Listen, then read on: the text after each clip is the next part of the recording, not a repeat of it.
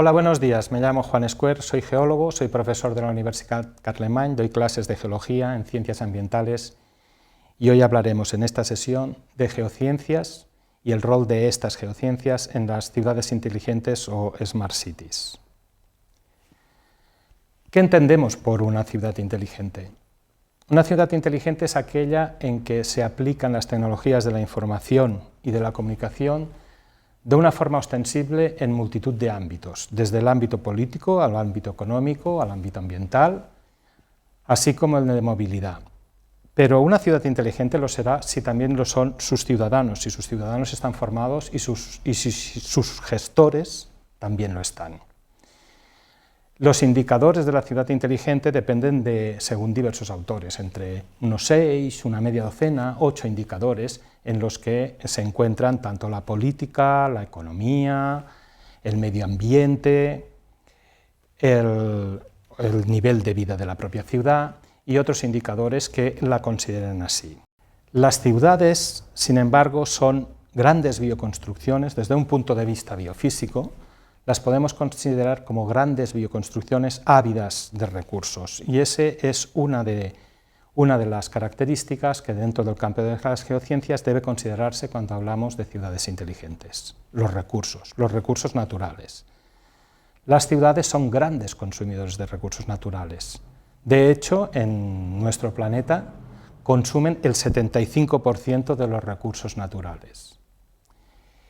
Ese amplio consumo de recursos las hacen unos polos atractivos de todo tipo de materias y de todo tipo de energías. También consumen el 75% de la energía. Y eso lo hacen ocupando prácticamente solo el 2% de la superficie del planeta. Es decir, desde un punto de vista sostenible, ¿cómo podemos aguantar este tipo de bioconstrucción, una ciudad? Además, hemos de tener en cuenta que prácticamente más de la mitad de la población del mundo vive en ciudades.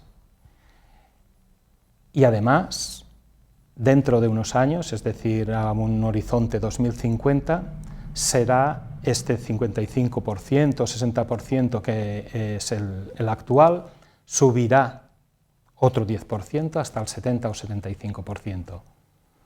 La población está, de algún modo, orientada a vivir en grandes ciudades. Esto implica que estas ciudades tienen que aguantar estas presiones del crecimiento demográfico de la población, y eso comporta un consumo de recursos muy grande. Cuando hablamos de recursos naturales, básicamente estamos hablando de recursos geológicos. Si consideramos el planeta como un conjunto, hemos de considerar incluso el agua como un recurso geológico, la atmósfera como un recurso geológico, forma parte de nuestro planeta. Prácticamente los únicos recursos naturales que no forman parte de nuestro planeta vienen de nuestra estrella, del Sol. La radiación solar no forma parte de nuestro planeta. Pero cualquier material, incluso las propias plantas que sí que utilizan energía solar, pero se nutren de suelos que utilizan materiales de tipo geológico. La Organización de Naciones Unidas considera 17 objetivos de desarrollo sostenible en plan general. Uno de ellos, muy concreto, el número 11, hace hincapié en que las ciudades y las comunidades han de ser sostenibles. Sostenibles quiere decir que el consumo de recursos tiene que ser el adecuado. Hemos de tener en cuenta que vivimos en un planeta que tiene unos límites biofísicos, es decir, un crecimiento infinito no puede ser soportado por nuestro planeta, dado que existen unos límites. Ya hace más de 50 años que se publicó el informe Meadows sobre los límites del crecimiento en nuestro planeta. Esos límites abarcan cualquier tipo de material propio de nuestro planeta.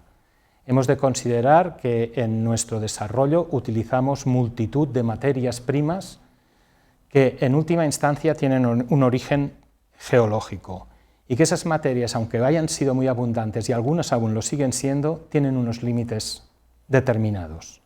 Es ahí donde las geociencias tienen un papel especial en valorar qué tipo de materias, qué cantidades de materias y cómo se utilizan esas materias y cómo se extraen para poder atesorar, para poder avanzar en un desarrollo sostenible de este crecimiento que sin duda se va a dar.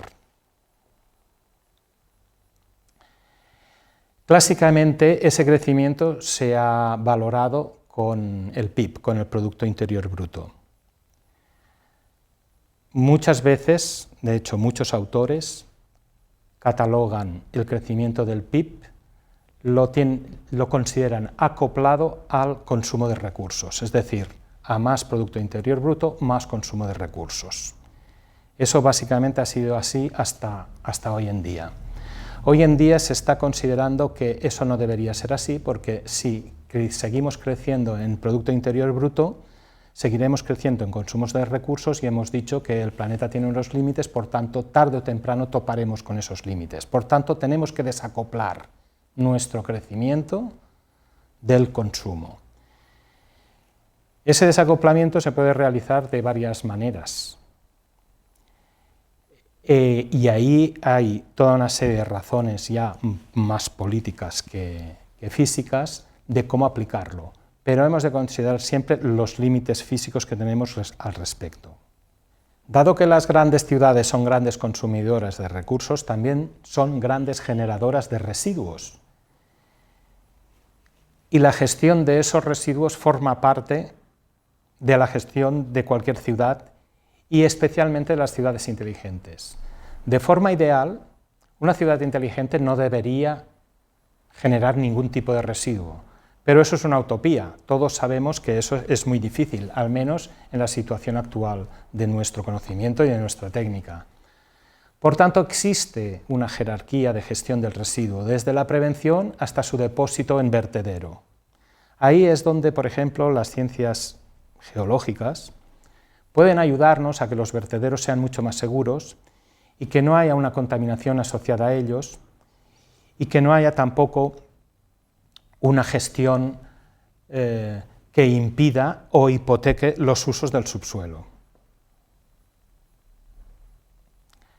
Todo ello se enmarca en lo que podemos considerar y que consideran muchos autores la economía circular.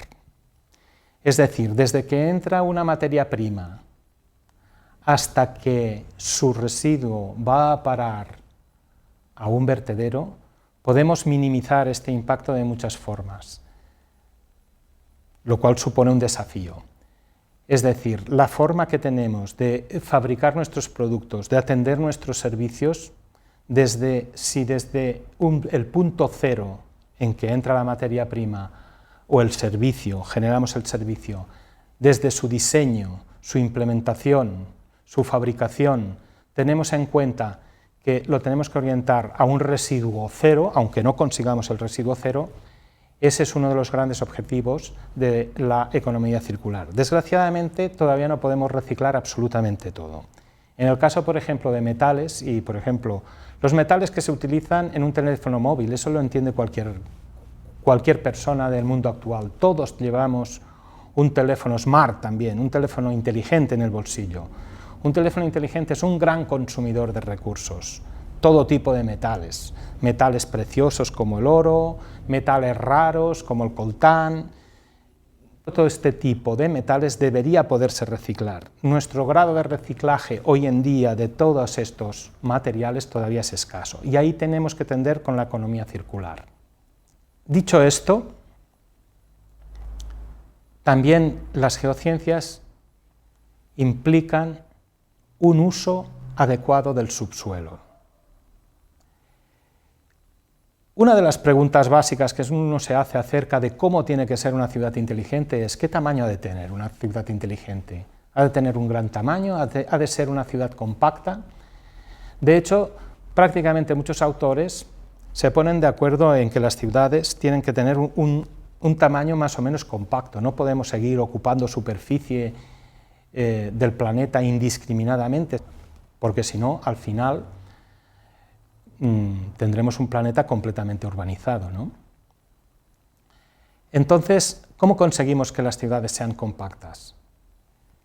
Con crecimientos verticales, por ejemplo, y dentro de los crecimientos verticales uno de los crecimientos es el subsuelo. Por tanto, el suelo y el subsuelo será uno de los activos más codiciados en las ciudades. El subsuelo se utiliza para montones de cosas, para pasar todo tipo de transportes. Pensemos en los metros suburbanos, pensemos también en todas las canalizaciones de agua, de gas, redes de comunicación, redes eléctricas de todo tipo, y muchas de estas cosas están ocupando el suelo, o el propio alcantarillado, el propio saneamiento de las ciudades. Por tanto, el conocimiento del subsuelo de las ciudades es muy importante, y ahí es donde las geociencias tienen un gran reto. El subsuelo ya vemos que tiene muchas utilizaciones, unas de ellas serán relativamente novedosas. Podremos utilizar el subsuelo también para guardar energías.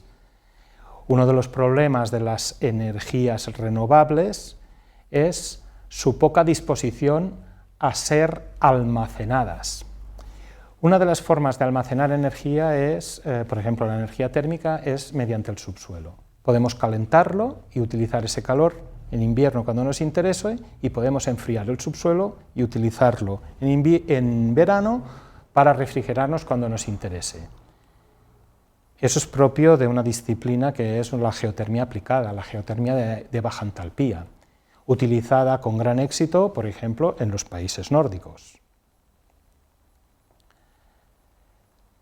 Otra disciplina en la que las geociencias pueden ayudar a la gestión del subsuelo es mediante su monitorización. Aquí aplicaríamos a las geociencias lo que se aplica en cualquier ciudad inteligente, las tecnologías de la información y de la comunicación. ¿En qué sentido? Información tridimensional del subsuelo mediante la implementación de datos globales, es decir, multitud de sensores que pueden ser introducidos en el subsuelo o que pueden ser considerados, teniendo grandes nubes de datos, hablamos de Big Data, y tecnologías propias de las TIC. Eso se implementaría en grandes bases de datos geológicas, que a su vez podrían ser gestionadas por sistemas de información geográfico. Eso ya se está haciendo en muchas ciudades, por ejemplo, como Londres, pero de una forma todavía primitiva, todavía en promo primigenia. En este sentido tenemos mucho campo por recorrer, y en este sentido también podemos llegar a tener un conocimiento exhaustivo del subsuelo de nuestras ciudades para tener una gestión adecuada del mismo. Y llegamos al gran campo en que las geociencias y las ciudades tienen una interacción muy grande. Es el campo del riesgo, de los desastres naturales. La mayor parte de los desastres naturales tienen derivadas en las geociencias. Es decir, desde los desastres de origen interno, como pueden ser los terremotos o el volcanismo, hasta los desastres de tipo externo, como las inundaciones. Las inundaciones podemos pensar en un principio que son un riesgo típicamente meteorológico, y en parte lo son, claro que lo son. Pero aparte del riesgo meteorológico, tenemos que pensar que no solo es el agua del cielo, sino que cae sobre un terreno que tiene unas características geomorfológicas dadas, propias del estudio de las geociencias, y que puede llegar a incorporar un montón de material sólido procedente precisamente de materiales geológicos. Estamos hablando de las corrientes de derrubios, y estamos hablando también de los aludes de piedras, por decirlo de alguna manera, ¿no? Todos estos riesgos son los terremotos, las erupciones volcánicas, los deslizamientos con todas sus componentes, con los desprendimientos de rocas, las inundaciones y otros que pueden estar asociados. golpean nuestras ciudades. De hecho, hay diversos estudios. Aquí en estas imágenes que acompañan esta disertación podemos ver algunos mapas donde se muestran los resultados del estudio de ciudades de más de 300.000 habitantes en todo el mundo y su grado de vulnerabilidad frente a los desastres naturales. En un solo año, por ejemplo en el año 2012, el número de desastres naturales que afectaron las grandes ciudades del mundo llegó a casi el millar. Aquí estamos incluyendo no solo terremotos e inundaciones, sino también estamos incluyendo otros desastres naturales propios de sequías y de fenómenos meteorológicos más claros. El grado de afectación difiere de cómo esté preparada la ciudad para ello. Así tenemos, por ejemplo, que en los países pobres, un terremoto de la misma magnitud que en un país rico puede ocasionar intensidades más grandes. Los medios de comunicación siempre, por ejemplo, de hecho, los medios de comunicación confunden magnitud e intensidad. Nos hablan intensidad de 3,4 grados Richter.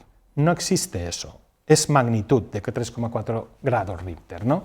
¿Qué diferencia hay entre magnitud e intensidad? Magnitud e intensidad, magnitud mide el tamaño, mide físicamente con un sismógrafo el tamaño de un terremoto, mientras que la intensidad lo que evalúa son los daños producidos por el terremoto. Por tanto, una cosa no tiene que ver mucho con la otra.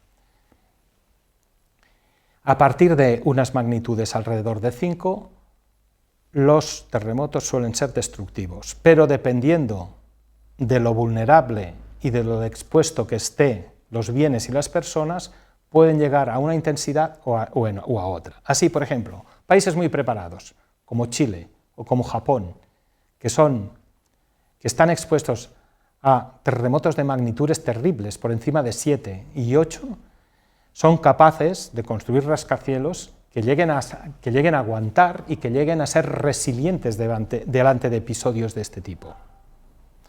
En cambio, otro tipo de países, como por ejemplo, y sin tener la necesidad de ir a considerar países del tercer mundo, por ejemplo, terremotos de magnitudes mucho más bajas en Italia pueden llegar a generar intensidades de daño mucho más grandes.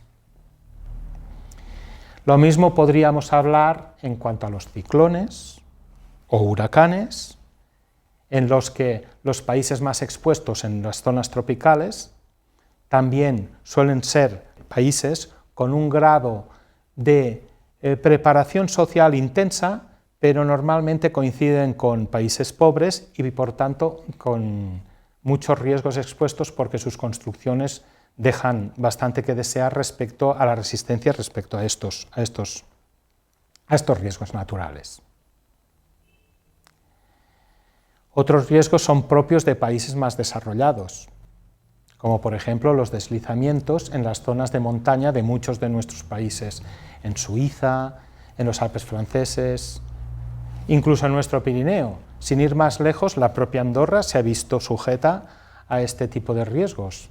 La caída de grandes bloques, la implementación de defensas respecto a ello, la consideración del riesgo, el cálculo de su peligrosidad, la evaluación de la exposición a este riesgo y, por tanto, luego la implementación de medidas ha hecho, por ejemplo, que la población andorrana ahora esté más protegida respecto al riesgo de desprendimientos que hace tan solo 25 años. Concluyendo con el tema de los riesgos, podemos considerar uno de los riesgos más ubicuos del planeta, las inundaciones. Las inundaciones afectan multitud de ciudades, algunas importantísimas y muchas de ellas famosas, como puede ser París. París es cruzada por un río, por el Sena. El Sena sufre de crecidas periódicas. Esas crecidas periódicas llegan a afectar sitios tan vulnerables como los sótanos del Museo del Louvre. Una gestión adecuada de estas inundaciones ha de permitir que las grandes obras de arte del Louvre se vean protegidas respecto a estas inundaciones. ¿Cómo conseguir eso? Se consigue de varias maneras. La aproximación a las inundaciones, primero, si no podemos eludir las inundaciones, es decir, no podemos traspasar el museo a un sitio donde no se vea afectado por las inundaciones, tendremos que ver si lo podemos proteger de alguna manera. O aumentar su resiliencia, es decir, que una vez se produzca la crecida, se pueda recuperar de la crecida lo antes posible. Si tenemos alertas tempranas que nos permiten vaciar los sótanos del Louvre a tiempo para que no se vean afectadas las obras de arte por las inundaciones y que esos sótanos sean rápidamente, una vez pasada la crecida, vaciados y secados para poder almacenar otra vez las obras de arte, pues tendríamos una protección delante de las inundaciones apropiada. Con esto hemos pasado por tres grandes bloques en los que las geociencias son importantes en la gestión de las grandes ciudades y de las ciudades inteligentes en especial. La gestión de los recursos naturales, la gestión de sus subsuelos y la gestión de su exposición a los riesgos geológicos, a los riesgos naturales en sentido amplio. Y para concluir esta charla no podemos obviar la formación de los profesionales que se dedican a estos temas. Las geociencias no son propias solamente de geólogos. Las geociencias han de estar en un mundo transversal. Arquitectos, ingenieros de caminos, ingenieros de minas, ambientólogos, todo este tipo de profesionales tiene que tener en cuenta este tipo de aproximación cuando en sus propias profesiones desarrollan proyectos propios que alberguen este tipo de conceptos para ser usados en las ciudades inteligentes. Desde la Universidad Carlemagne así lo orientamos. Tenemos muy en cuenta los Objetivos de Desarrollo Sostenible enunciados por la ONU y a este respecto nuestras formaciones en ciencias ambientales son lo suficientemente transversales para tener en cuenta en ellas cualquier aspecto de las geociencias que aquí hemos tratado. Muchas gracias.